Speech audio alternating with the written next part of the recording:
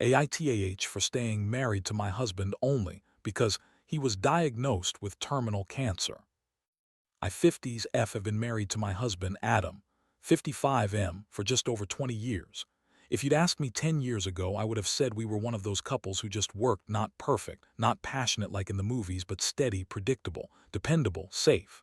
That was enough for a long time. Then slowly, without even realizing it was happening, something shifted. We began drifting apart. Not dramatically, no shouting matches, no betrayals, just a quiet fatting. At first it was little things. Conversations that used to last hours dwindled into silence. Date nights disappeared. Physical intimacy, already rare, became non-existent. Even when we were in the same room, we were alone, like roommates who had run out of shared interests. I know many long marriages face this slow erosion, but eventually I realized something stark and painful. I was no longer in love with Adam. Worse, I wasn't even sure I liked him anymore. By last summer, I had emotionally checked out. I hadn't made any official moves, hadn't seen a lawyer, but I had begun researching apartments. I'd even gone as far as bookmarking a page titled, "How to Prepare for Divorce After 20+ Years of Marriage." I hadn't spoken to anyone about it, not friends, not family. The plan was to quietly get my ducks in a row, wait until the timing was right, and then break the news as gently as possible.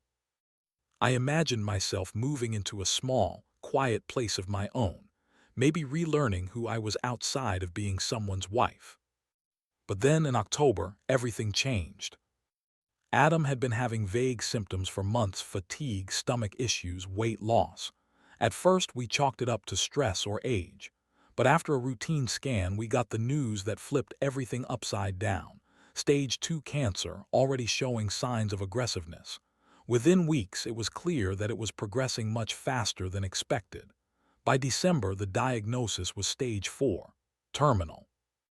The doctors gave him a range: 3 months on the low end, maybe 3 to 5 years if the treatment managed to slow it down. And just like that, my plans, my quiet, carefully constructed escape route vanished. Because how do you leave someone who's just been told they're dying? You don't. You stay. You push down your truth, lock it deep inside, and step into the role you're supposed to play. I became his caregiver full-time. I cook for him. I drive him to every appointment. I sit in sterile waiting rooms with bad coffee and worse lighting. I talk to doctors, pharmacists, caseworkers. I track meds and monitor symptoms.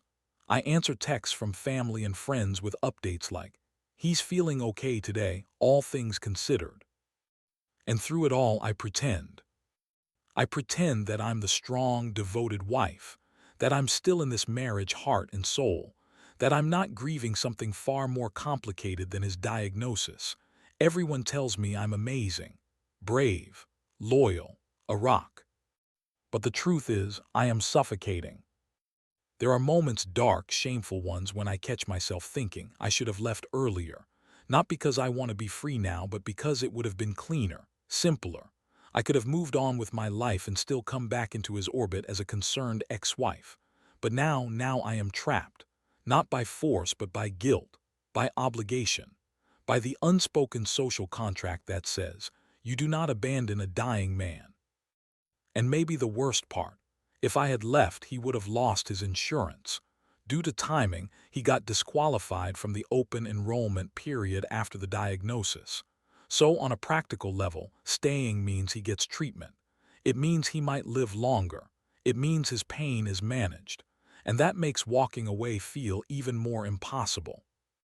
But I have to live with the fact that I'm staying not out of love, not anymore, but because leaving would make me a villain in everyone's eyes. His family's, maybe even my own. Last week the mask cracked. I was sitting in my car in the hospital parking garage, sobbing into the steering wheel. I thought I was alone, but his sister, Monica, happened to be walking by and saw me. She tapped on the window. I rolled it down. She asked if I was okay. And for some stupid reason, I told her the truth, or at least part of it. I was going to leave before he got sick, I said. Her face went blank. She didn't say anything, just nodded and walked away. She hasn't spoken to me since. And maybe that's fair. I haven't told Adam, I never will. What would be the point? He's dying. What possible good could come from burdening him with that truth? This way he gets to believe that I stayed because I loved him through everything. He gets peace. And honestly, I don't want to take that from him. Not now. Maybe not ever. So, AITA for staying married to my husband only, because he was diagnosed with terminal cancer. It's not love keeping me here. It's mercy. It's obligation. It's fear of judgment. But most of all, it's guilt. I don't expect absolution. I don't even know if I deserve it. But I needed to say it out loud to someone somewhere, even anonymously.